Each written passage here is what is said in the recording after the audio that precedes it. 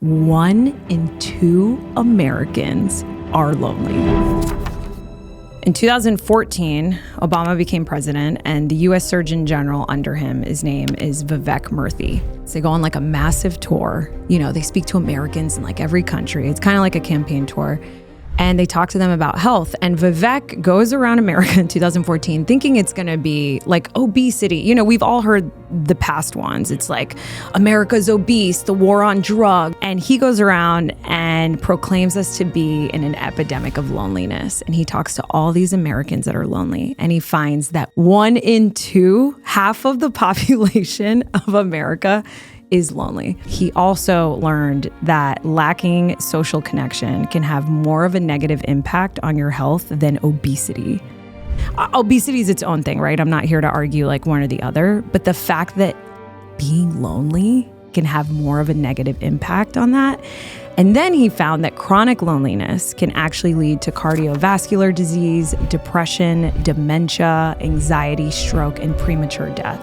The mortality impact of lacking social connection is similar to smoking 15 cigarettes a day. And so to me, I was like, that's insane, because no one's talking about the fact that we're all lonely.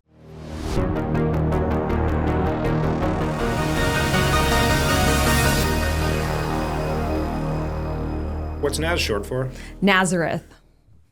Sick. My parents are Jesus freaks, so they named me after Jesus of Nazareth. You've been to Nazareth? No. Portugal? No. Biggest wave in the world? No. You don't know about Nazareth? No, tell me about it. I love this because Really? on my... Actually? You don't know about this? Actually, I have no idea. Okay. In my house, when people come over, I have the frame TV. Yeah. And I like to infuse a bit of 90s-ness into my home because I'm a 90s kid. And so there's this YouTube channel called Waves of the World that's just a live stream of surfers from around the world. Sick. And it just looks so sick on the TV. Yeah. I have it on mute, but I'm That's like... a YouTube thing? To YouTube, you could TV. just put it on. You can put it on any TV. Yeah. And I'm just mesmerized during the day when I'm working at, you know, my breakfast table. I'll just like look at someone just nail like a sick wave. Right, and then immediately I feel at peace. I don't know why. So there's a few waves around the world that are like treacherously big, hundreds of feet high. Tahiti is, I forgot the name of that break, but yes. Yeah. Fiji's got cloud break. Fiji's cloud Hawaii, break. North Shore of Oahu is pipeline. Pipeline. Pipeline's the one that I have on a lot because that's what it says. That's like where all the pro surfers like Kelly Slater and that whole crew, like they grew up they lived at Pipeline. So Laird? Did Laird live there? Laird's big pipeline guy. I love Laird's coffee. And then we got in Northern California, Mavericks. And then there's Nazareth in Portugal. Oh my God, I've never heard of this. Nazareth is like, you've probably seen videos of all the people on that like, looks like a castle kind of cliffside ledge, and then the wave, it's far out, but it looks like it's about to crash like on the ledge, and it comes close. But this is like 150, 200-foot wave, and it's beautiful. Wait, that's insane. Have you surfed it? No, I'm not surfing that. My biggest waves are like 12 feet. Got it. That's big wave surfing. Do you have dreams of surfing a wave that big or no? Okay. I would never do that. You would. Okay, got it. That's like you need a like air canister, wetsuits. Got like, it. It's a whole. So I'm just thinking like Unless where do I get Nazareth merch? Like that's like my first thought as soon as I get out of here, I think. Merch, like you want the word Nazareth. Yeah, on like it? I think I need a shirt with Nazareth on it, right? Yeah. If you don't go to Portugal and get like a kind of like shirt off my back touristy style store. Sick. I forget where in Portugal it is. But definitely like a eBay Depop. Okay, great. Type of thing. I can't wait. Thank you for this deep cut. I'm going to look so cool. I'm going to be like those girls that wear band shirts, but they have no idea. The guys, the surfers, I should say, but like the dudes who know, they know. So if they see you out with like a Nazareth, like crop top, 90s style shirt, the right guys will definitely. So it's like a dick magnet. Definitely a DM. Definitely a dick magnet. For like, if you're into, you know, serious surfers. Yeah. I just said that because like, I feel like the chick magnet, you know, is so known, and I just want to start normalizing dick magnet, you know? Like, I feel like I want to bring more awareness to that. What do you and your lady friends think other dick magnets are? And by the way, we are recording, but this is not the beginning of the podcast yet. I mean, I don't care if this is the beginning. I do have an intro in mind. I'm just here to have fun. But I am curious, what are You should just do the intro. Actually, this is good. You should do the intro in the middle of the podcast. So everyone listening right now, thanks for joining. Because you should just do whatever you want, Jake. There's no rules. There are no rules. Yeah. Yeah. So No one cares who I am anyway. we're going to start with this concept of dick magnets. Okay. Which I didn't even click for me that it's like a chick magnet. Yeah, but the other way around. Because you're just thinking in male terms. Yeah, maybe. of course. And so all the men listening, listen up. Here, according to a awesome, put together, successful, beautiful woman. Thank you. If you're single, DM me at Naz Perez. But we can delete this. You can introduce me later, so I didn't. We'll get to that. Okay, that's a great way to introduce you. Great. All right. What are some dick magnets in your mind? I don't know. In my mind, what would be a dick magnet? Okay, so my mind immediately goes to Borat's one of my favorite movies of all time. Yeah. I'm also a film critic. I know that's not what I'm here to talk about, but like I love movies.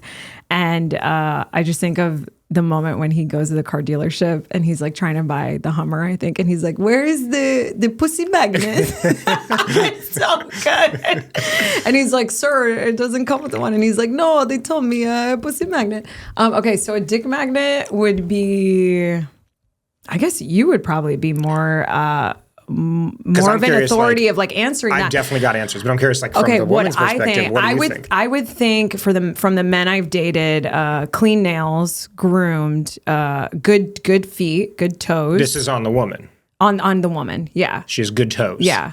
Okay, so here's like what I good, ask. like groomed toes. Okay. You know, are you thinking more material things? Well, here's the funny thing. Did you see recently there was that viral clips or whatever? It was like a study that was done where they asked a bunch of men, what do you think women are most attracted to in men? And there was the list of like the top 10 things. What and then they asked women. What did the men think? Oh my God, this is fascinating. And the list could not be more different. We're so different. Men were thinking like big muscles, a lot of money, cool car, right, nice house. All the things that we all the don't shit care that like about. movies taught us growing up. It's like, this is going to get you the girl. Right. Then they asked women and it was like, number one thing, he reads. Yeah. Oh yeah, reading is the hottest thing ever. Learns a second language. Yeah. Number three is like cooks. Yeah, or able to just communicate emotions. Yeah, I mean that's probably number one on every woman's list. So the moral of the story is I'm curious. So of course we got our list of like what do we think are like hot things that women do. We could all definitely agree on them. But what do the women think are hot things that they do that men are attracted to? Yeah, I like that. I guess cooking is a dick magnet, right? I would say that's like high up there for a lot of men, cooking. And it depends what guy you ask, but I would say like independence. Like sort of ambition and independence. I feel like I've had a lot of guy friends who have broken up with people because they didn't feel like the woman had her own identity. Yeah. So I would say identity and cooking. Cool. Yeah. Does that track? Like, what would you say? The first one for me that comes to mind is like a baseball cap. Really? Or like a cool hat. That's hot. Like, so you want attitude, you want edginess. Just like a beautiful woman in like a trucker hat or a baseball cap. Just something about that. Or like a beanie. I just like think it's just like cool. It's just like I'm attracted to that. Because what does that say to you? Does it say that like... It's just a chiller. I'm like chiller. Chill. Okay, so if I... Like you don't see a high maintenance woman with like a baseball cap This on. is really good intel because I think I could definitely be perceived as someone who's high maintenance because I love glam. I love my face with makeup and without makeup. And I think I'd love to speak on behalf of all women to all men listening that just because a girl has a social media profile that looks maybe a tad bit more glamorous than you like does not mean that she is high maintenance at all. It means she just really likes looking sexy. Okay. That's all it means. And is she doing it for the likes for the men? Is she doing it for herself? That depends on the person. For the validation from her friends. That depends on the person. I've really struggled with this, right? So I'm a TV host, film critic. We're going to talk about why I'm on this podcast because I do other things. But so, yeah, I've always feared like men looking at my Instagram page, seeing me on a red carpet in all these gowns, assuming that I'm sort of this like high maintenance, elitist, pretentious person. And it's like, I'm none of those things. I mean, I'm definitely those things in moments, right? But I wouldn't categorically put me in those categories. What? So it's kind of a bummer. But I also can totally hang with no makeup on and like a backwards hat. Yeah. I mean, I came here in a Dodgers jacket, you know. Like I prefer to be in this stuff. When you're putting together a fit or curating like a photo on your feed, how much thought goes behind like, is this going to help me my chances with an awesome man coming and saying hello to me, or is this because I feel good in it, or is this going to help with all the women in my life, like validating me with compliments? Neither. None of those three. I think we live in like such a homogenized world, and I am like, so I believe that I was put on this earth to help people individuate and to just like really truly be themselves.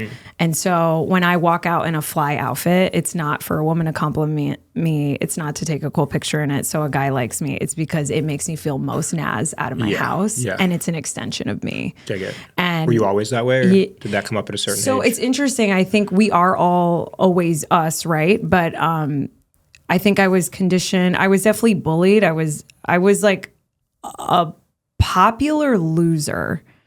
You know, like I wasn't like you were the girl that I was friends with popular kids, but I was like the one popular girl that got ragged on that wasn't girly. I had braces. I didn't know how to wear makeup. My hair was super frizzy. I lived in South Florida. Yeah. I didn't, I had sort of a unique style, but none of my clothes matched. And it wasn't until I was in a sorority in college. Where'd you go to college? Where UCF, Central Florida. Yeah. They also call it You Can't Finish because it's like such a party school. Okay. But I was a Zeta Tau Alpha. And so it's like, you know how like one person can just like change your life? There was like one through the rush process. It was like such a girly movie moment, like almost like a Mean Girl scene where I feel like she was like, you're really hot. Like you have potential, you know? And then they taught me how to wear makeup and like do my hair. I'd never used a straightener before. That's awesome. And then I like completely had my moment in college. Yeah. Yeah. Interesting. Yeah. Fun. But I never felt, even with the makeup and the hair, like I still felt like middle school Naz. Sure. I still do. Yeah. Yeah. Yeah. All right.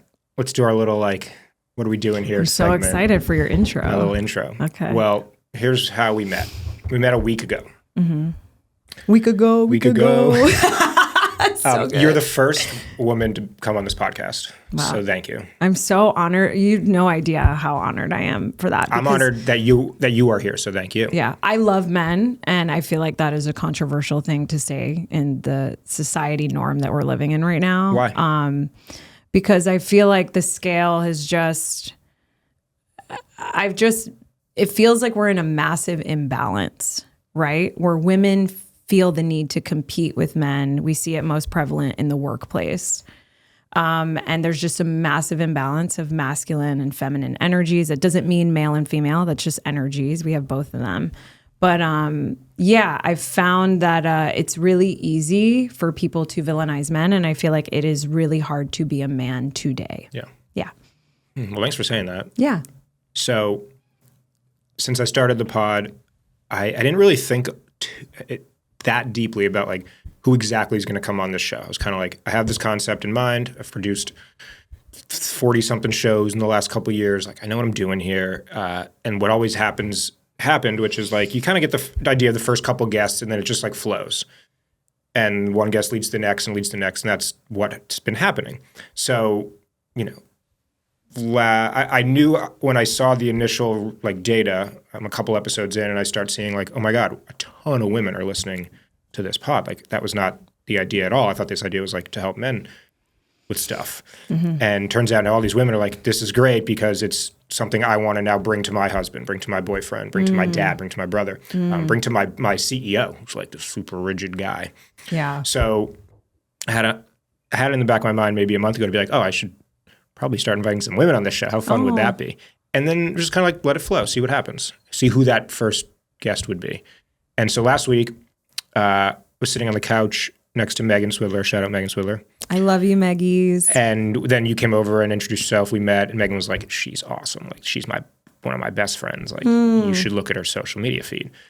So great. I looked at your Instagram, and one of your recent posts caught my attention. I don't know why this one did. Probably because it was a little thumbnail of you sitting at Open in Venice, which is one of my favorite spaces in the world. So I was like, what's this? So I click on the video, and it's this clip of you sitting in a stool in front of a bunch of people explaining the historical relevance of loneliness, like how we got here. I was like, oh my God, here she is. Like this is the first guest. Because the loneliness epidemic, we all know, is like plaguing men these days. Mm-hmm. We're not really We all hear about it. We kind of like touch on the topic of loneliness epidemic, but there's not a lot of conversations really digging into this. And so then I just reached out and was like, would love to have you on the pod. So here we are. I'd love to start with this question, which is, who are you? I love it. Immaculate intro, immaculate question. Thank you. I love it. I am a cultural conversationalist and interlocutor. I am a curator of public... Interlocutor? Interlocutor. What is that? That is someone that has conversations for a living. Cool. Yeah. I'm kind of that guy. You are that guy. I've never heard that term before. I identify with being a curator of public curiosity. I like to ask what everyone's thinking. I'm a TV host, I'm a film critic, and I'm also the founder of Heartbroken Anonymous. But none of those things are who I am. I'm Naz Perez, and I am really warm and spunky and fiery and funny and extremely passionate and deathly curious. What are you most curious about today? February 26th? 27th, Thursday. I love how you like enunciated the 27. I did not know what date it was. You. Me? Yeah. What about me? I love novelty, and I am I've come to, after I turned 30, I'm turning 35 next month, so I'm 34. After I turned 30, I started bringing less and less new people into my life, into my circle. Purposefully? Yeah, I was like way more intentional with who I decided to be friends with and spend my time and energy with. Yeah. So whenever an opportunity presents itself like this for me to like meet a new person, I'm like most curious about you. Well, thank you for saying that. Today, on February 27th. 27th. Yeah. How often does a new person kind of find their way into your life these days? Well, I think with social media, like every day, right? Yeah. Yeah. There's people like that are relating to stuff that you post. I'm sure you feel the same way. And it's really actually cool to interact with strangers. And I actually love strangers. I built a whole thing around it that we're going to talk about. But yeah, I would say every day. Okay. Yeah. Cool. There's a lot of richness to that, I'm sure. Yeah. Does it ever get overwhelming? A lot of people. Yeah. Yeah. Yeah. Do you get overwhelmed? Oh, yeah. Yeah. All the time with all kinds of stuff, not just people. Yeah. People don't overwhelm me that much. It's the like the requests from people and all the things I need to go do for people, mostly with work. Right. That overwhelms me. I would love to clone myself. Really? To like be in. You would want to be able to do more. I want to be in like many places at once. I want to be able to just like say yes to more things and just be in multiple places at once. I know there's like a whole conversation about presence there worth having. No, it's good. But I think about that a lot. Fuck yeah. I think I've never thought of cloning myself, but does that mean that like that this consciousness that's in this body would be in the other one too? Or does that mean that's like a different, like, is it like Severance? Are you watching Severance? I'm not watching it, but everyone's trying to get me It's to about watch Sean TV. You need to watch it. Yeah. Well, basically it's about people whose consciousness is severed in half. And so when they're at work, they're an innie and they don't know what their outie does at home. And their outie doesn't know who their innie is at work. So that's essentially what cloning is. I kind of imagine taking a road trip with like 4 people and all of them are you. Like they're all your clones. I would love to hang out with me in different iterations. Do you think you'd hate yourself after? No, I fucking love myself. Like, imagine you're like driving like 4-hour road trip. You got like 1 in the passenger seat and 3 in the back, and it's all you, clones of you. That's interesting. That'd be wild. Yeah, like I guess if I have the tendency sometimes, as a lot of people do, when I get excited to talk over people, and I guess if like 3 versions of me were trying to do that, that'd be highly annoying. It might just like the car might just implode. Yeah. Like it wouldn't work. I mean, there's probably a deeper psychological conversation to be had, right? Because we're most triggered by people that have something that we are dealing with internally. Yeah. So I actually would probably hate myself if I was hanging out with Clone Naz. Weird. Yeah. That one, I feel like it'd be interesting to see like a short film or a movie that was that of like what actually might play out. There definitely are. There's definitely movies of you hanging out with like your younger self from some other dimension or something. Right. But like you copy and paste versions right here. I feel like there was a limited series on Netflix that Paul Rudd starred in that Tom Brady guest starred in for like one scene. That I don't know. But you're the critic. It's called I want to look it up right now. Yeah, look it up. I put my phone away to be fully present. Well, okay, but I think it's like there's 2 of him. I don't know it. He's cloned. Yeah. Okay. And Paul Rudd's incredible. Yeah. Best Jew in Hollywood. Yeah. Yeah. You got to watch it. So let's talk about loneliness. Okay. Why did we end up here? How did we end up here? How did we end up here? Okay. So in 2010, we saw a massive decline in face-to-face social interactions when the rise of the cell phone and social media came to be. It was amazing that people were now connecting online, but a lot of people were no longer connecting in person, which typically means you're interacting in like a meaningful connection, right? Like if you're with someone in person, I feel like 9 times out of 10, that's a meaningful connection. Yeah. 2010. Did it just like happen like that? So it all spiraled and kind of came to a peak in 2014. In 2014, Obama became president, and the U.S. Surgeon General under him, his name is Vivek Murthy. And for anyone listening who doesn't know what the job of the U.S. Surgeon General is their job is to sort of proclaim what the health crisis of the United States is going to be. So Vivek tours the United States. They go on like a massive tour. You know, they speak to Americans in like every country. It's kind of like a campaign tour. And they talk to them about health. And Vivek goes around America in 2014 thinking it's going to be like obesity. You know, we've all heard the past ones. Yeah. It's like America's obese, the war on drugs. Like we have a problem with drugs. And he goes around and proclaims us to be in an epidemic of loneliness. And he talks to all these Americans that are lonely. And he finds that 1 in 2 Americans are lonely. I'm going to say that again. 1 in 2, half of the population of America is lonely. How do we define lonely? I love this question because loneliness is an internal experience, right? So being alone is a physical experience. You can be surrounded by a lot of people and feel lonely because it's internal, right? And you can also be alone by yourself and feel content and not feel lonely. But I was so fascinated when I read Vivek's book and really dug deep into all of his studies because his research was like insane. Mm-hmm. So not only were 1 in 2 Americans lonely, but he also learned that lacking social connection can have more of a negative impact on your health than obesity. Mm-hmm. So you know how like so many people are obsessed with their bodies and like obesity is its own thing, right? I'm not here to argue like one or the other, but the fact that being lonely can have more of a negative impact on that. Mm-hmm. And then he found that chronic loneliness can actually lead to cardiovascular disease, depression, dementia, anxiety, stroke, and premature death. Mm-hmm. In fact, the mortality impact of lacking social connection is similar to smoking 15 cigarettes a day. Mm-hmm. And so to me, I was like, that's insane. Because no one's talking about the fact that we're all lonely. And where were you in life, age, location? Like, what was going on for you when you started to learn about this in 2014? Or, I'm sorry, did you learn about this in 2014? That's a great question. Yeah. So I didn't learn about it in 2014. I learned about it 3 years later in May of 2017. Okay, so where were you in 14, 15, 16, 17? So in 15 to 17, because 13 and 14, I was working. I was a producer in Hollywood. I worked for the Ellen DeGeneres show, Live from the red carpet stuff. I've always wanted to like be a host, but I was a producer before I made the jump from behind the camera to on camera.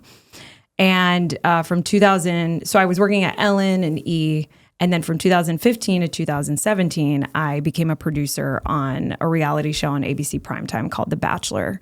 So for 2.5 years, I produced 7 seasons of The Bachelor, The Bachelorette, and Bachelor in Paradise. And what I found so fascinating about working on that show is I was interviewing people about love and heartbreak every day. I mean, I operate under the pretense that we live in a simulation, like we're in a matrix. But like, so if we're in a matrix, The Bachelor was like the matrix in the matrix. You know, if you forget what the outside world is because you're constantly traveling on the show. It shoots all year except for December. I barely had friends. I was so in it. So it was kind of like I was in the middle of like the Truman Show, you know, with Jim Carrey. Like I was in this amazing social experiment. interviewing people, and I would do a lot of the exit interviews. So whenever someone would leave the show, and if you've never seen The Bachelor, it's a reality show where there's one lead, the Bachelor, the Bachelorette, and around 25 men or 25 women go on the show to sort of vie for that person's love. And at the end, ideally one person gets proposed to. So what I thought was so funny, Jake, is that everybody would call The Bachelor a love show. Like, oh, you work on that love show. And I was like, no. The Bachelor is a heartbreak show. Like 24 out of 25 people go home crying in a car. And I was in that car on the other side of the camera, asking them questions, sort of gathering all this data of what makes people, feel this deeply towards someone. And those were the interviews that America really resonated with, you know? So that's what I was doing. And then I decided. Can I double? Of course, yeah. You can always. Double click. Yeah, on you that, can always double tap do on that. Yeah. Why were Americans resonating with this so much at the time? Yeah, because every animal in the world has experienced heartbreak. Yeah. And I say that, and that's just like a me fact. Like, I don't know, but I was just thinking about I think about heartbreak a lot. And I was thinking about how your dog feels when you leave the house, And it's like we all sort of experience this feeling. It's a universal feeling that no one can escape. It comes and visits everybody. Would you be willing to share in as much detail and vividry as possible your first heartbreak experience? Yeah, of course. And I'm happy to share mine if you'd like. I would love to hear yours. What do you mean if I'd like? I'd love to hear yours. Yeah.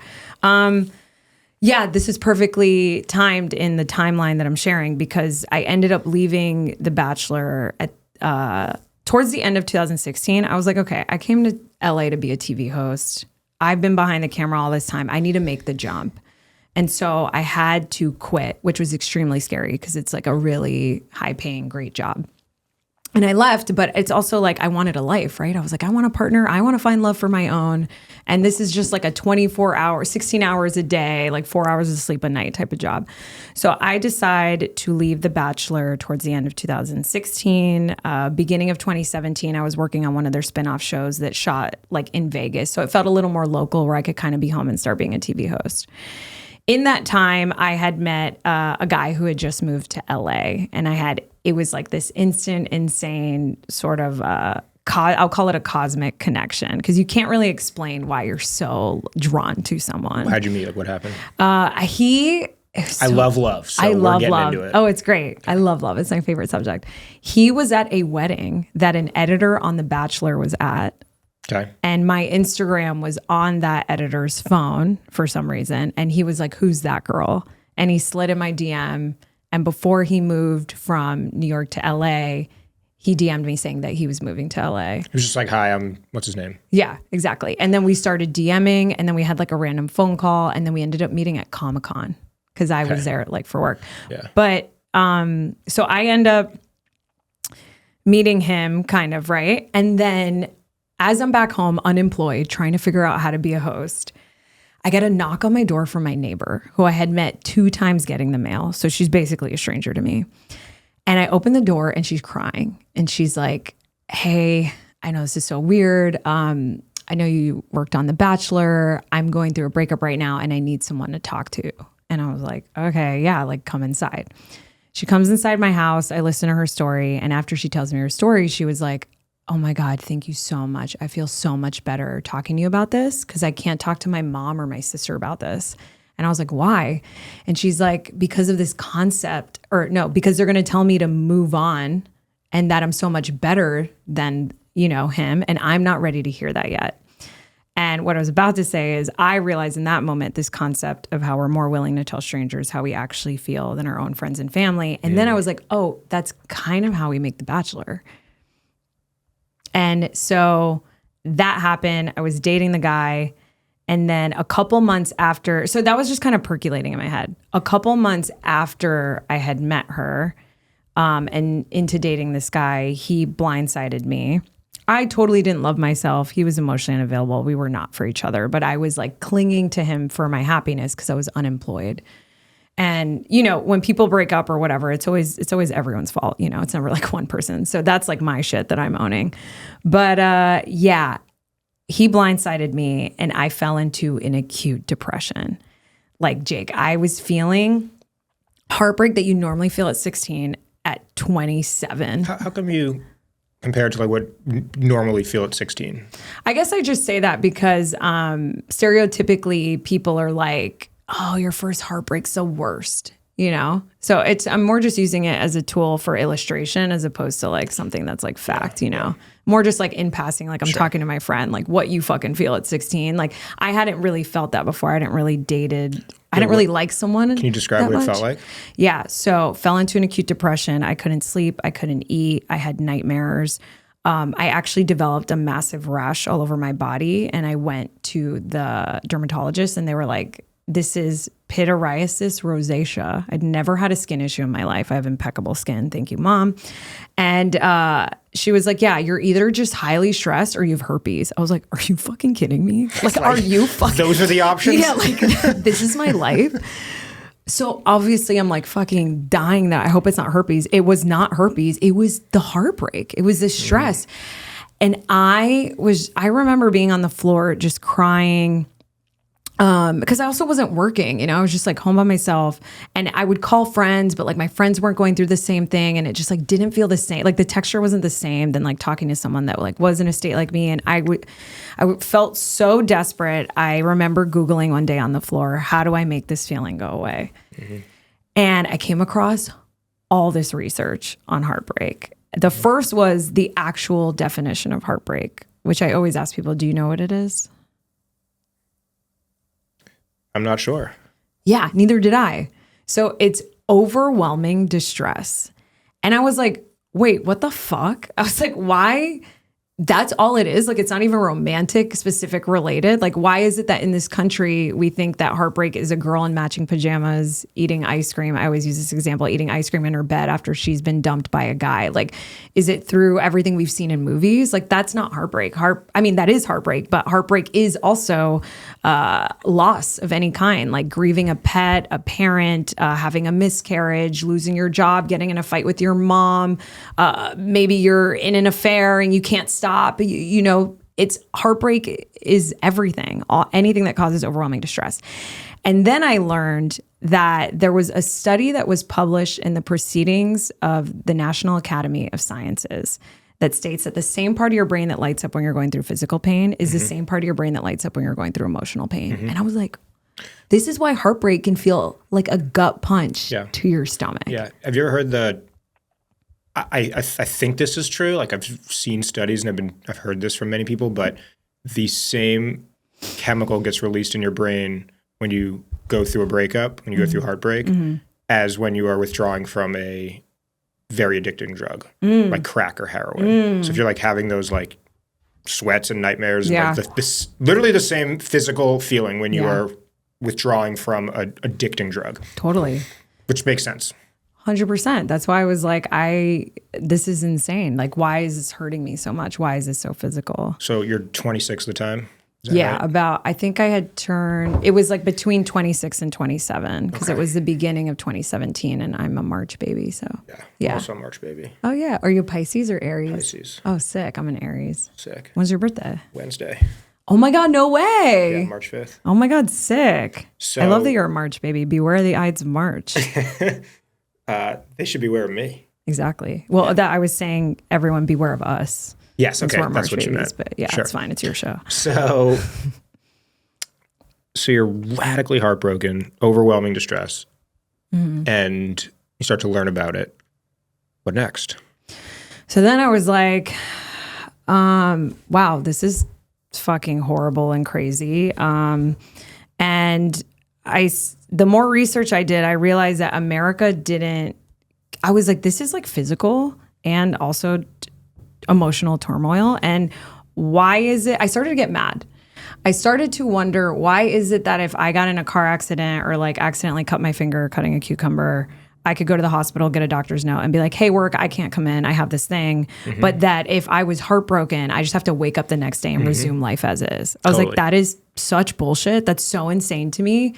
Why isn't there anywhere to go? You can go to the grocery store if you want food. You can go to the gym if you want to work out. You can go to the public library if you want to learn things. where do you go when you're heartbroken? And so that question changed my life because there was nowhere to go. And so I started going to AA and Al-Anon meetings to sort of study their format. And I thought back to the stranger that knocked on my door and the concept of how we're more willing to tell strangers how we actually feel. And I decided that I was going to start a support group for people that are heartbroken, because there was a lot of like sex addiction, emotional addicts, all these things. But I was like, what about heartbreak? Like, everyone's going through this. And originally, Jake, I actually, as a TV producer, had an idea to start Heartbreak Hotel. And I was like, how sick would it be to have a hotel where there would be like puppies in one room, Adam Sandler and Drew Barrymore movies in another room, ice cream in another room. You could just check out if you're heartbroken, go there, and then come out when you're ready. Yeah. But there was nothing like that. So I was like, how can I make the realistic version of this? And that is how Heartbroken Anonymous was born. Okay. And what was the first session? First session was so cool. It was May 2017 on Fairfax Avenue, which used to be so iconic, like streetwear. The Hundreds just closed yesterday. I'm really sad. I'm like such an LA girl. So like all our LA culture means so much to me. And there was a coffee shop on Fairfax Avenue called Open Space. And I obviously had no money. I wasn't working. And I didn't know what I was doing. I just knew I like had to do this, mainly because like I wanted a space to just like cry, because your friends are kind of sick of like hearing how you're feeling. Yeah. So I would always go to this coffee shop, and they had a like room in the back. And I asked the guy if I could rent it out, and he let me rent it out for 2 hours for $150 a night. So I was like, great. So then I called up every person I produced on The Bachelor that had like massive followings now, because that's when Instagram started to really rise with the reality star. And I was like, can you guys post about like this thing I'm doing? I don't know what the fuck I'm doing. Can you just post about it? And then obviously had no money for advertising. So I got a stencil made that said, what did it say? It said, why him? ? Which now I would do like, why them, right? But I was so heartbroken. It was why him ? Heartbrokenanonymous.com, and then 2 places to put your feet. And I would, at 3 a.m., go with a friend and spray paint around LA on sidewalks where people would wait in line, and created a website. And then all of a sudden I got this call from Cosmo magazine. And they were like, hey, we want to do this article on a former Bachelor producer doing therapy groups. And I was like, oh my God, like, I don't know what I'm doing. I'm not a therapist. Like, And so they wrote this article, and I was so pissed the day of the first meeting, because I was like, why did I do this? I was like, I didn't need to do any of this. Everyone in my life's going to ask me how it went. What if nobody shows up? This could just be so embarrassing. Like, I'm just heartbroken. I'm trying to get people together, and then I just end up by myself in this fucking room. And I think what's so beautiful is the universe is always supporting us, right? And I remember that morning waking up. The meeting was at night. I remember that morning waking up super early and going to the space just to make sure I didn't forget anything, right? I was like, what else do I need to buy? I bought rugs and pillows. As opposed to AA, I was like, I want HBA to be on the ground. I want people to not have their shoes on. And when I went to Open Space, there was actually an AA meeting going on in the back. And I was like, oh shit. And I ran back there. People were coming out of it. And the sponsor was there. I'll never forget. His name was Peter. And I like ran up to him and I was like, hey, I'm hosting this thing called Heartbroken Anonymous tonight. I'm not a therapist. I don't know what I'm doing. It's in this room. Can you help me? Like, do you have any advice for me? And the first thing he said to me was like, do you have tissues? And I like had totally forgot to buy tissues. So I don't know. I just thought this like a fun little tidbit. Yeah. So I had the first meeting, 12 people came. Out of those 12 people, there was Black people, Spanish, transgender, a 15-year-old, a 50-year-old, and somebody who was struggling with alcoholism. It couldn't have been the more diverse group in the entire world. And I was like, holy shit, this is my dream. Yeah. This is as if everyone in a New York subway car talked to each other, because no one talks to each other. And when I left that night, I was like, I have to do this for the rest of my life now. Wow. Yeah. Okay. First of all, one of the coolest. I also want to not forget that I want to hear about your heartbreak, but yeah. You can ask whatever you want whenever you're ready. But the first piece I want to start is like, incredible entrepreneurial spirit with the spray painting stencils and just like the thanks. hacking together. Love the hustle. I wish I still had that. That's like such a 20s thing that That's such a good story. I can't fucking access in my 30s. Because you've heard the stories of like how Bobby Hundreds got started and how. Oh, you know Bobby. Of course. Like how sick. everyone You should have got Bobby started. on your podcast. I don't know him personally. Oh, I'll introduce you. Great. Let's do that. He lives down the street. So how all the greats got started with their business, it was all some version of that story. Like running around Fairfax, running around Soho, the West Village, like wherever they are. Right. Not knowing a damn thing about their thing and just one thing led to the next. Right. Okay, so you get this incredibly diverse group together. I'm really curious, and of course I'm going to start to ask the questions like, how do men versus women deal with X, Y, and Z? Like help us understand it. But bigger than that, I can only imagine that you look around the room and everyone looks so different shapes and sizes and colors and whatever, from completely different backgrounds and worlds, but then they're all sharing their stories, and I would guess that they're all like, there's a lot of similarities here. Like we really are having one similar experience. 100%.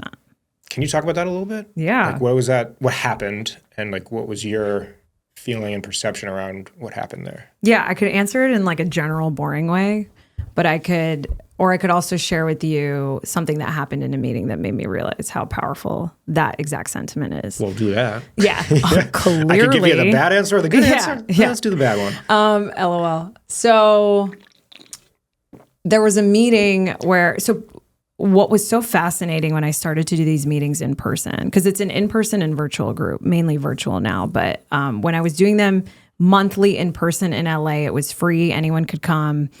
In 2017, there was a specific meeting where two women were sitting next to each other. And the way it works is that the moderator kicks off the meeting, and then we go in a circle. You have 4 minutes to share your story. You're not timed, but you just say, thank you for listening, so the person knows you're done. And you also don't have to share. Sharing is encouraged, but not required, because sometimes just coming and listening reminds you that you're not alone, and not everyone's ready to share. So one woman shares that her husband's cheating on her, and she knows the other woman, and she's doesn't know what to do. She doesn't want her marriage to end. She doesn't want to really confront it. And so she was sitting in that like awful anxiety, like when you're like, oh my God, like I can make one decision in my whole life. It's just kaput or different.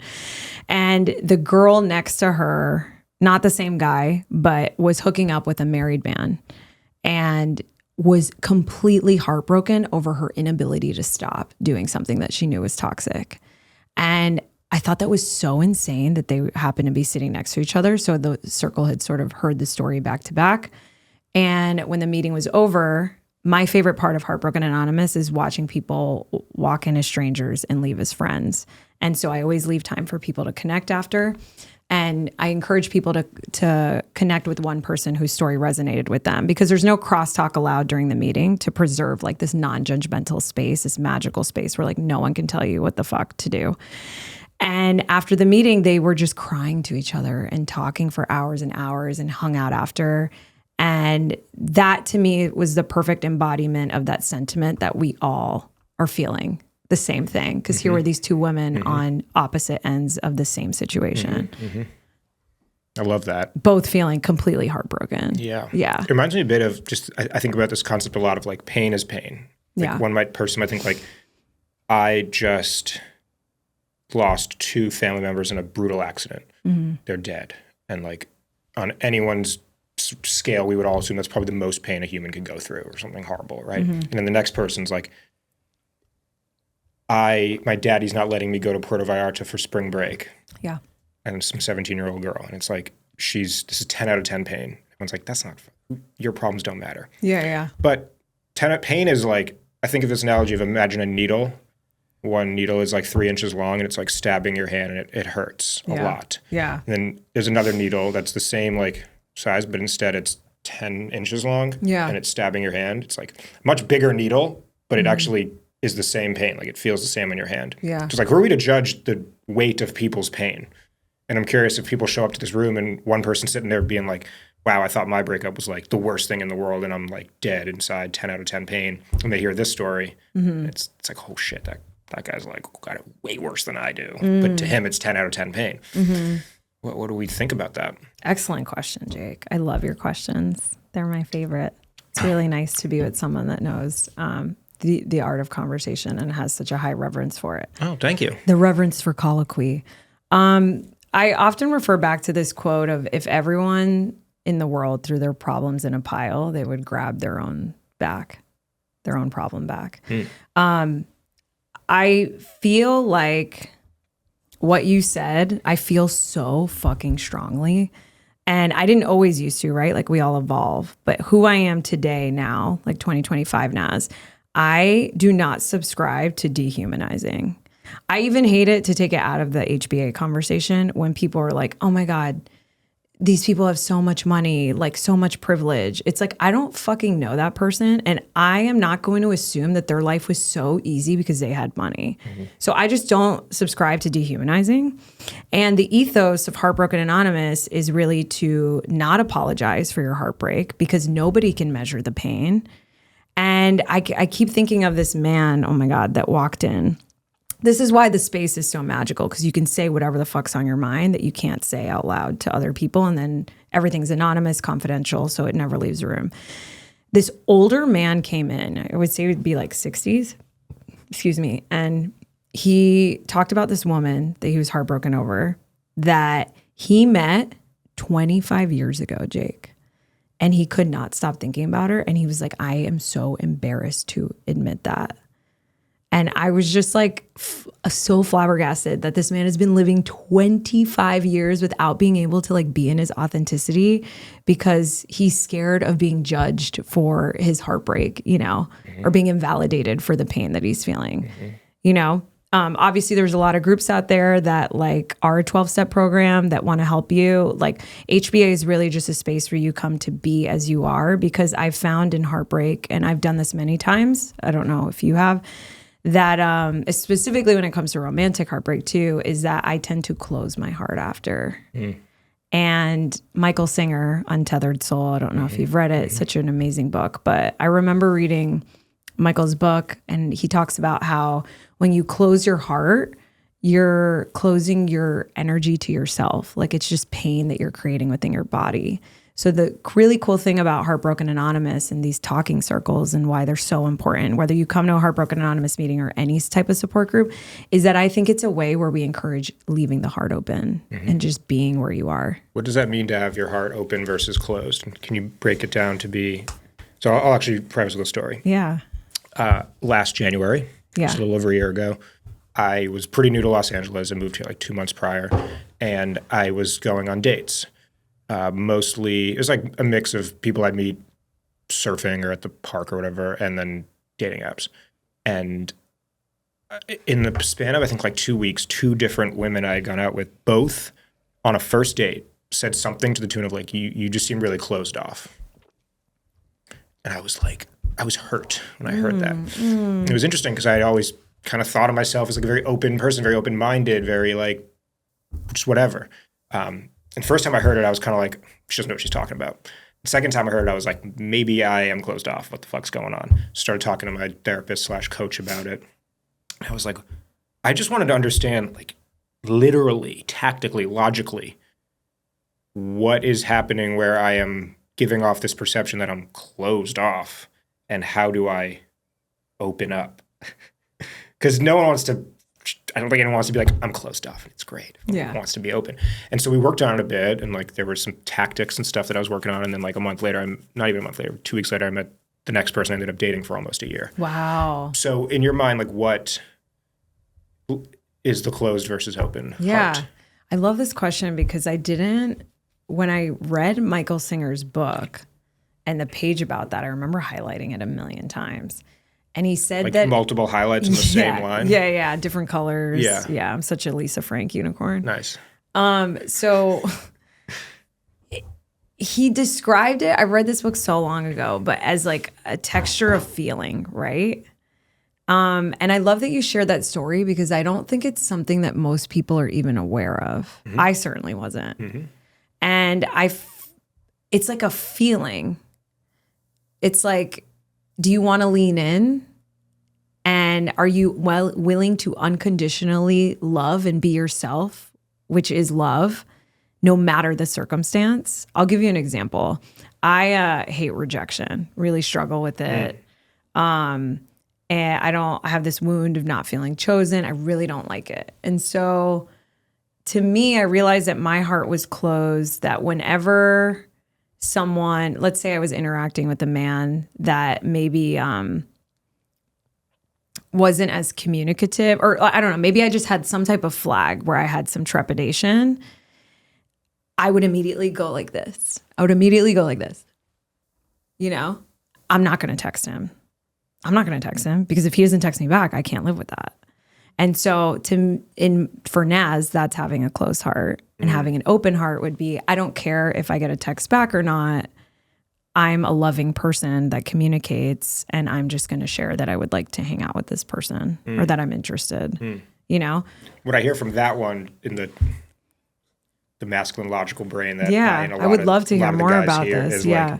Like, in this example, I'm sure there's many different variations of it, but like living in the fear of rejection versus like the confidence of I'll be okay even if I get rejected. Yeah. God, that's a big one for guys, huh? Can you tell me more about that? How is that manifested in your life? I don't have a fear of rejection. I have other fears. You never had one? That's amazing. Not much. Wow, that's so cool. I love that. Some nature, some nurture for me. But that's not one I've ever really struggled with. Why do you think a lot of men do struggle with that one? Because I feel like that's often why we see men not approach women in public as much anymore. I know there's stats on that. I don't have them, but. To start, I don't know, but I'm happy to jam on it. Let's have some fun with this. Yeah. Let's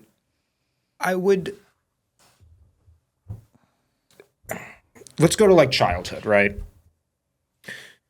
A lot of us guys grew up in a scenario where it was like we play baseball or football or whatever it was. Sports was like a huge part of our life and identity growing up for a lot of us. Right.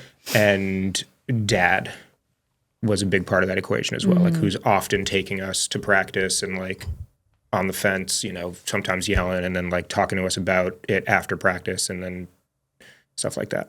And the feeling of, and I've been there sometimes, I've also not been there sometimes, but the feeling of like getting picked last in gym class for dodgeball really hurts. It's like when you're a kid, a boy in elementary school and middle school, the hierarchy for boys is like who's the fastest, who is the strongest, who is essentially the best athlete. I would a lot of physical things. I would Posture. imagine a lot for girls is who's the prettiest, who gets the most boys. I don't know, but like I would guess that's probably the who is the best clothes. Best clothes. So for boys, it's and for boys, you'd see, you know, we go to sleepovers in 6th grade, and it'd be like we're playing Madden or FIFA all night, and then it's like let's fight, and we just like beat the shit out of each other, and it's kind of like last boy standing would win, and then like he's the coolest, now no one can fuck with him. Yeah, and I believe it's all a defense mechanism, which is what bullying stems from. Bullying stems from, to my understanding, I'm scared that you could hurt me. So I'm going to hurt you first so you can't hurt me. And that's emotional. I'm scared that this twitch I have on my eye, you're going to make fun of it. So I'm going to laugh about how big your ear, I'm going to make fun of how big your ears are before you can laugh at the twitch in my eye. Sounds like my closed heart, kind of. Very much so. Bullying. So interesting. That's where I think a lot of the fear comes from, is just like this fear of having to confront like what we're self-conscious about, what we're scared of. Right. There's an amazing quote that I love. So I've been really into MMA and jiu-jitsu for most of my 20s. That's sick. And is that what Rogan does? He is is that Muay Thai? So kickboxing, Muay Thai, and jiu-jitsu as well. So okay. MMA is all martial arts combined. All of them, yeah. Essentially. And so there's this line, this like quote that I've come to learn and understand, which is like every man wants to answer the question, can I win this fight or not? But afraid to find out the real answer. Because then it'll mean something about him. It might mean that the answer is no. Right. And then that would mean that he's unworthy then of like, well, think about tribal times. Yeah. Can you protect your tribe? Yeah. Can you, if an attacker comes and wants to kill your kid, your wife, your people, can you protect them or not? Right. It's also like a lot of the stuff that we watched growing. Were you also a 90s kid or? Okay. A lot of the stuff that we watched at that time was, I mean, our idols were Victoria's Secret models, you know, and for a lot of men I knew in Miami, it was Scarface, you know, and he has that quote of, you know, first you get the power, first you get the money, then you get the power, then you get the woman, you know, and it seems like similar to what you're saying. I mean, our idols were like athletes, wrestlers, superheroes, action figures, like that's what it was. Totally. So, yeah, I mean, no one for their emotional intelligence or like no one was like looking up to Bill Nye. No. Everyone was looking up to Jordan. Absolutely. Yeah. Absolutely. Yeah. And then we get older and you go to college and you start to slowly realize that no one gives a fuck. Whoa. So college is a sobering moment. For me and for a lot of people I know, and then especially your 20s, the years after. I think that's a big reason they call it the defining decade. That means a lot, but I think that's a big part of it. Right. I see it as a time to realize like, oh, all these insecurities I had about myself, how big my ears were, how fast I was, how much money I could make, how good my grades were, like all those things, they don't matter at all. And then you enter this like confusing period of women like reading? That's the number one thing? Yeah, and it's just like you enter this chapter, and for me it was quite a few years, like most of my mid-20s, probably till I was like 27, 28, where you're just like, well, then what actually matters? And that's a journey that you go on. Yeah. Not everybody. And you think about the people who don't, like, you know who they are and wish them the best, hopefully. That's my take on it. It's been my experience and at least what I observe and what I see. I'm not an expert. I just like to listen and pay attention and ask questions. Same. We're so similar. We're cut from the same cloth. Yeah, I found that a lot of the men that come to Heartbroken Anonymous, a lot of the hetero, like straight men that come and specifically about like romantic breakup, let's say, or I don't know, actually I would say any heartbreak, any overwhelming distress. But I remember hearing a guy say, I'm going through this breakup with this girl and I tried to talk to my friends about it and they said, cool, bro, you're going to save so much money now. She was crazy. He's like, I'm fucking grieving. I have nowhere to go. And it just like, it really makes me think of like how important it is for men to have non-judgmental spaces, which is why I made Heartbroken Anonymous for everyone.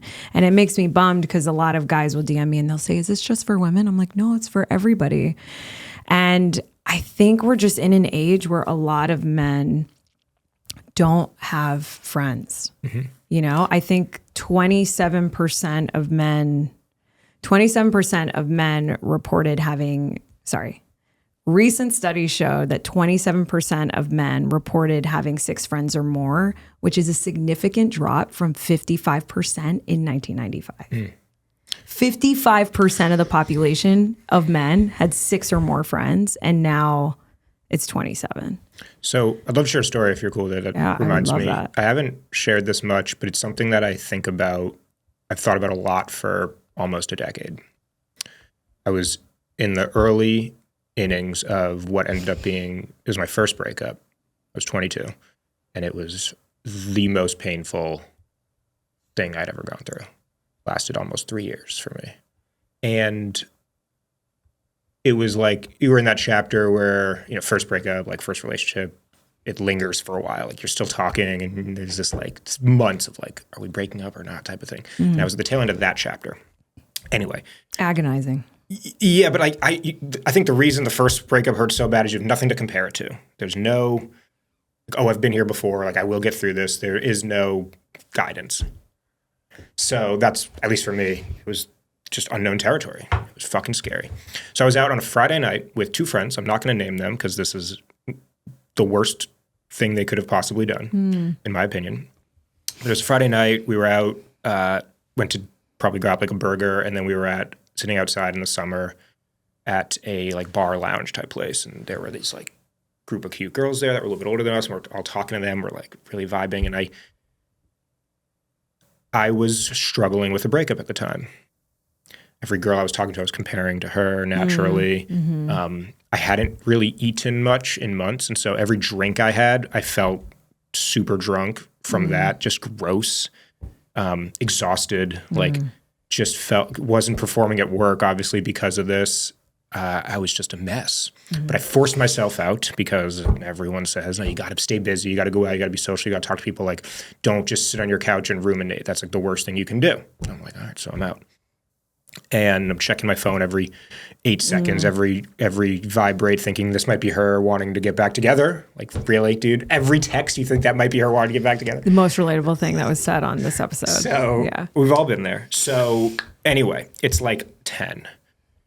Just wanted to go home and crawl in my bed. And honestly, what I probably wanted to do was go look at old photos of the two of us because made me feel a little bit better than not. And my buddy was like, no, let's go to this bar. I was like, I don't really want to go. And he's like, no, you're coming. I was like, I don't really want to go. Like, I couldn't. And at the time, I was always down to go to the bar. Knew every bartender in town. I'd lived in this town for years. Like, I knew what I was doing. He said, what do you mean? Like, you don't want to go? Like, since when don't you want to go?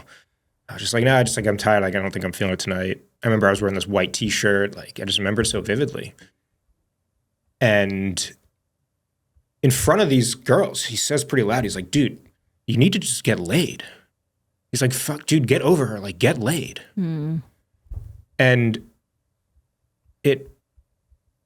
what am I supposed to say back to that? 22 years old, like man to man, another 22-year-old guy. Like, what do we say to that? Hey, dude, just so you know right now, you're triggering my emotional response. Like, you don't say that stuff when you're a guy to guy, 22 years old. We don't even have the vocabulary. So I kind of just like went to the bar and like I'm just like this shell of a human for a while. And that stuck with me for years because what I realized was that was the worst thing one guy could say to another guy when he's going through an enormous amount of pain. You need to just go like, man up, get laid, get over it. How about like, dude, I get it. I've been there. You need a friend? Do you want to go home? Like, what do you need right now? Like, support your homie. Support your fucking homie.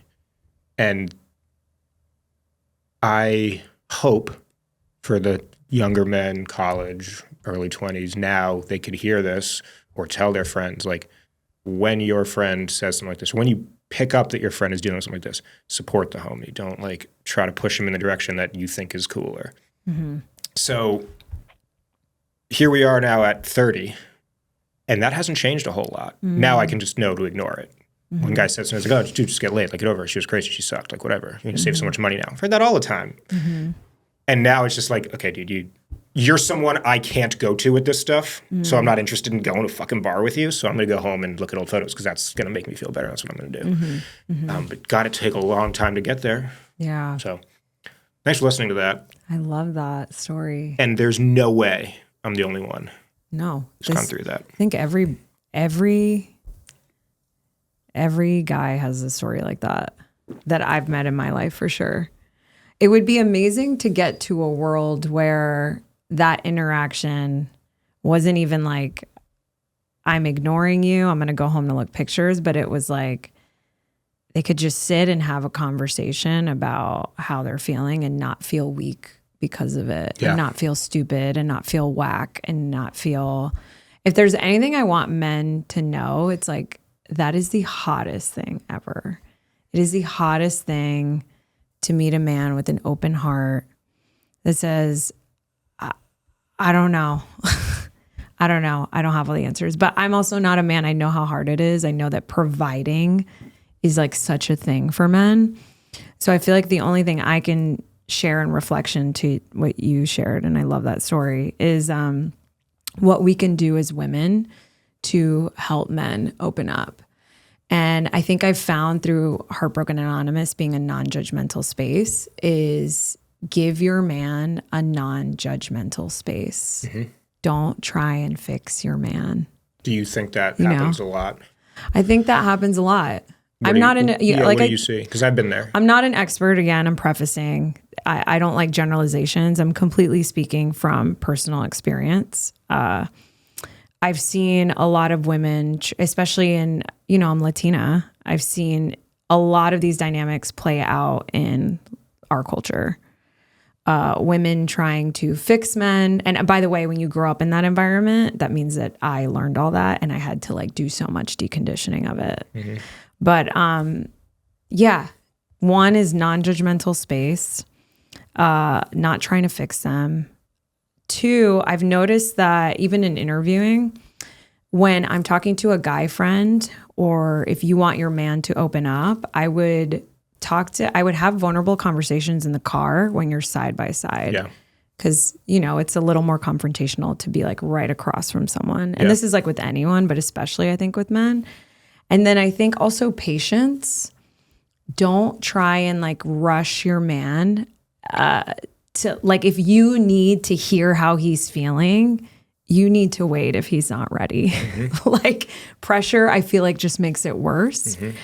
And I think every woman on earth should read a book called The Queen's Code. The Queen's Code changed my life. And it taught me that a lot of women expect men to be women and they're not, they're men. And we are vastly different animals. And if we can understand each other a little more and want to have the willingness to learn the tools to communicate, we would thrive. One little thing that I personally do that's helped me is I've also found, especially in my culture, in my specific family dynamic, is men can't get a fucking word out. They're just constantly cut off by the women in my life. And so one thing I learned is when I'm speaking to a man, especially on dates, so women, if you're listening, when you're talking to a guy on a date and he finishes saying something, I silently count to 20 in my head. 20. I count to 20. What happens in those 20 seconds? Men always have more to say, and women always want to fill that space. And I've said this to friends, and they're like, well, then when do you know when they're done? And I've told them, men will tell you when they're done. They'll literally be like, yeah, that's it. And then it's your turn. Yeah. It has transformed my life because there was so much I wasn't learning from men in my life because was like, blah, blah, blah, blah, blah, blah. Like, that's how we are. And that's also not a bad thing, by the way. It's just how we are. The way I have dealt with that, and there's just like getting cut off all the time. It's like I'll speak. Then if I get cut off, I'm kind of like, okay, that's one. I'll try again. I'll do it again. If I get cut off a second time, okay, that was the second time. If it happens the third time, I'm fucking done.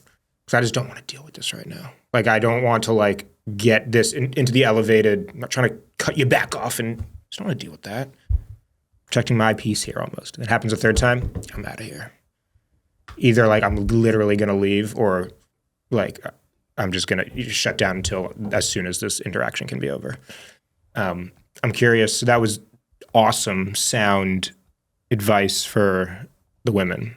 What would be your advice for the men, both for themselves, for them with other men, and for them with women? Let's start with that one, because you were like, it is super hot when a man can X, Y, and Z. Communication is the biggest thing for me. I think if men wanted to invest in learning how to communicate with women, men can also read the Queen's Code. You know what I mean? If I want to pick one thing, I think what we want as women is safety.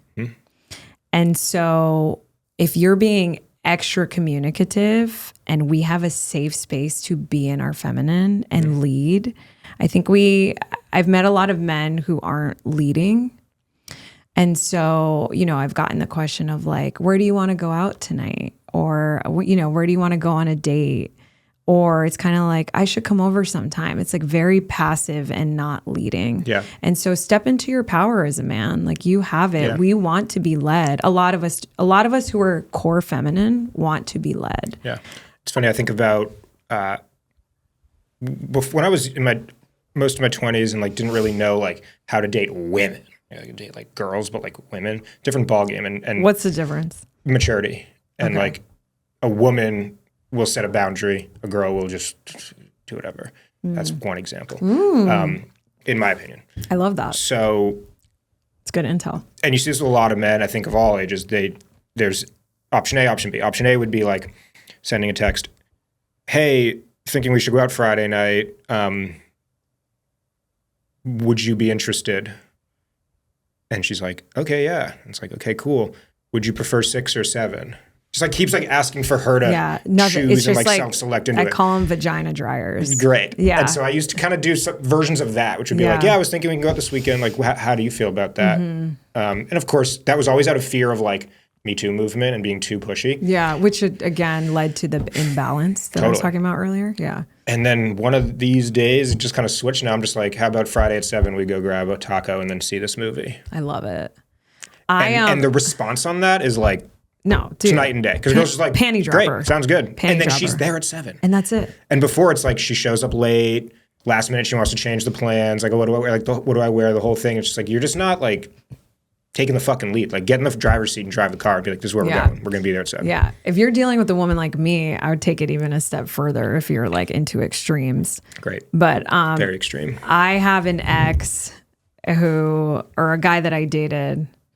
There was a guy I dated and he knew me very well and like what I liked and what turned me on in that sort of communication style that you're speaking to, especially when it comes to leading and taking someone out. And I was like, I get wed off calendar invites. And not every woman does, but I do. Like I get wed off calendar invites. So do I.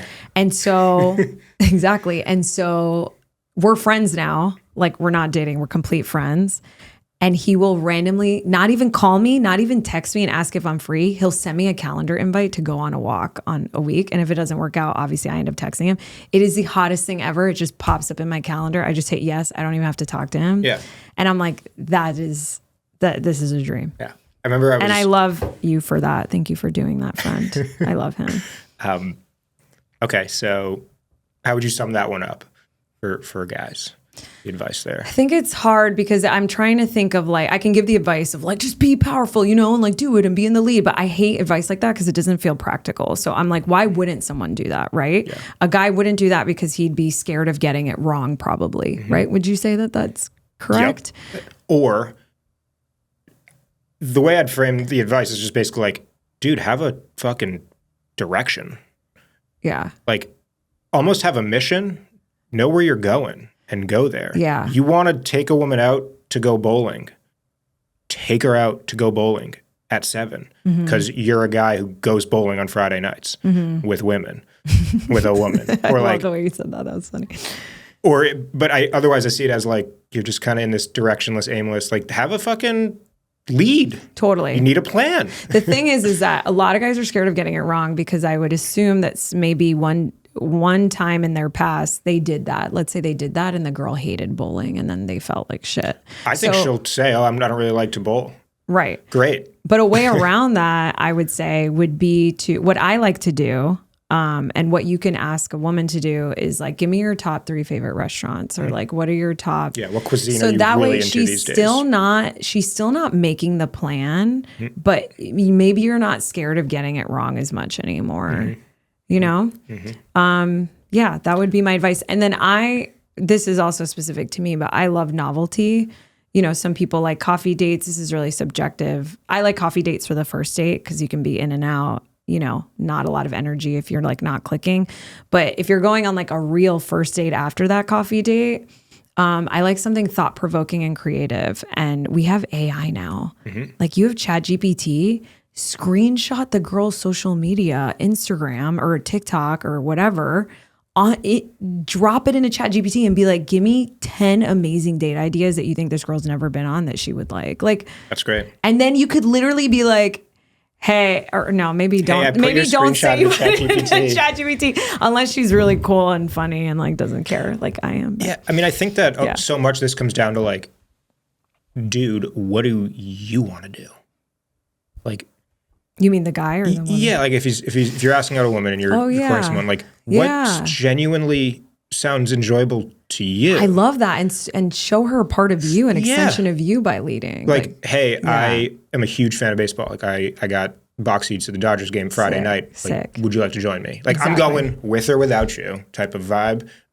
Would love it if you were there type of thing. Yeah, I love that. I'm into like, that. And there's I don't know. I'm a big fan of activities. I'm big to get to know people. Yeah. Doing a thing together. Yeah, you want to like be in you want to like interact in a different way than just like this. Yep. Yeah.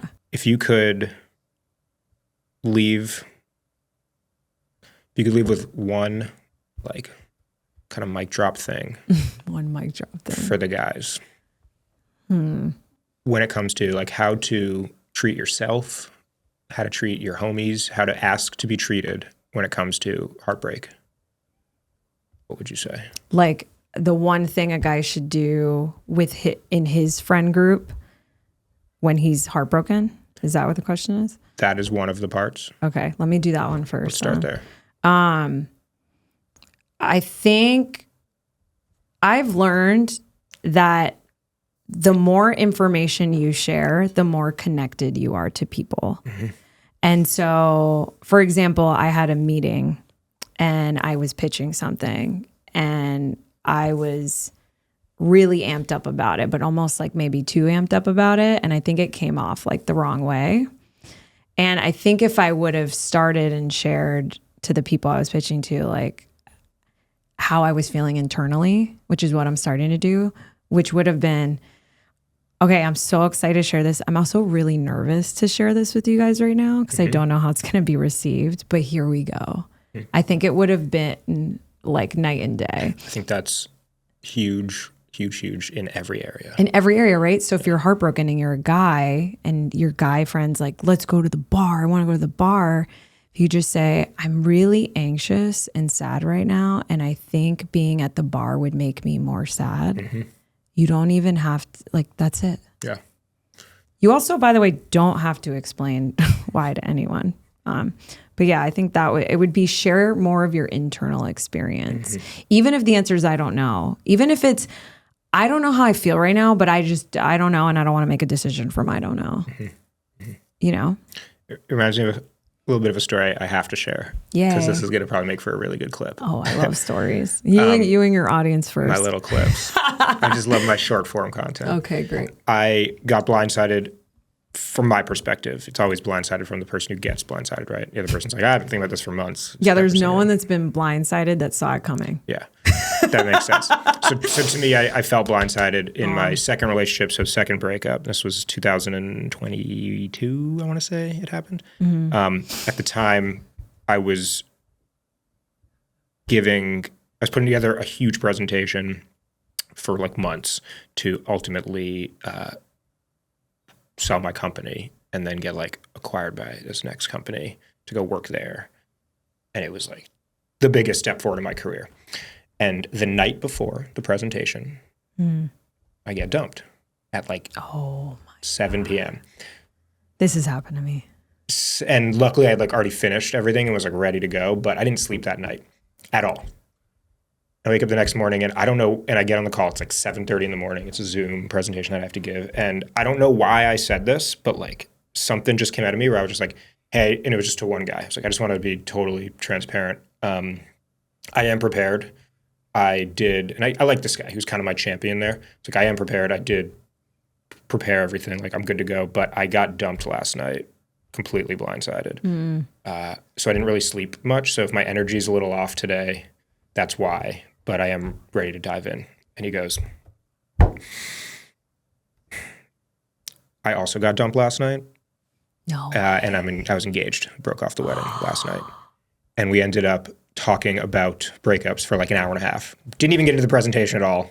Wow. And he's like, let's talk next week. Like, when I take the time you need. And we did. And I crushed it. And then it all worked out. And it was like, oh my God, this like unlock moment for me at fucking 26 years old. Dude. To be like, just kind of explain the internal dialogue. Like, just explain what's going on. Just explain what's going on. And like life it's not even like life will just get better and things will work out. Life gets like magical. Like crazy shit happens, which is wild. So anyway, I had to just get that out on the record in this pod at some point today at the end of the episode. That was a fucking amazing nightcap. That is a sick ass story. I'm so obsessed. And it's so magical when we're able to just be who the fuck we are. Totally, you know? Totally. I think I do want to say something to the men listening before we leave, though. Yeah. I think I just want to say that women love you and that we know you're like doing your best and you're the shit and you're our heroes. And maybe sometimes we don't always make you feel that way because we don't communicate in that way. But I think if you lead with an open heart with women, it'll be so well received. Thank you for saying that. So open your heart. I needed to hear that, so thank you. In the optimist tradition, closing question. Oh, fun. What do you think it means to be a man nowadays? I don't know if I could answer that. I think to be a man, I see men as heroes. And I don't say that, someone who's like, someone might hear that and be like, oh, savior complex. Like, it doesn't mean I'm like looking for a man to save me. It means like I'm a goddamn queen and I like want to sit next to a king. Mm-hmm. And I think men nowadays are heroes. Love it. Thanks so much for coming. Thank you for having me. This is my favorite podcast I've ever done. And really? I've had a million conversations. So you really? are impeccable question asker and conversation moderator. And I feel really honored to be the first woman on this podcast. So thanks. Thank you. Yeah. This was awesome. Should I tell people if they want to go to Heartbroken Anonymous, where to go? Oh, yeah. While we're still on the record, how can people find you online? Yeah. Just if anyone is interested in Heartbroken Anonymous, especially if you're a man and you have no friends or know where to go or see how you actually feel, just go to heartbrokenanonymous.com. We have 2 to 3 virtual meetings a month on Zoom. You can log in from anywhere in the world. They're typically on Thursdays at 5 p.m. Pacific, 8 p.m. Eastern. Also on Instagram at heartbroken_anonymous. And then I'm on Instagram at Naz Perez. So NazPerez. Love it. Yeah. Thank you. Bye, friend.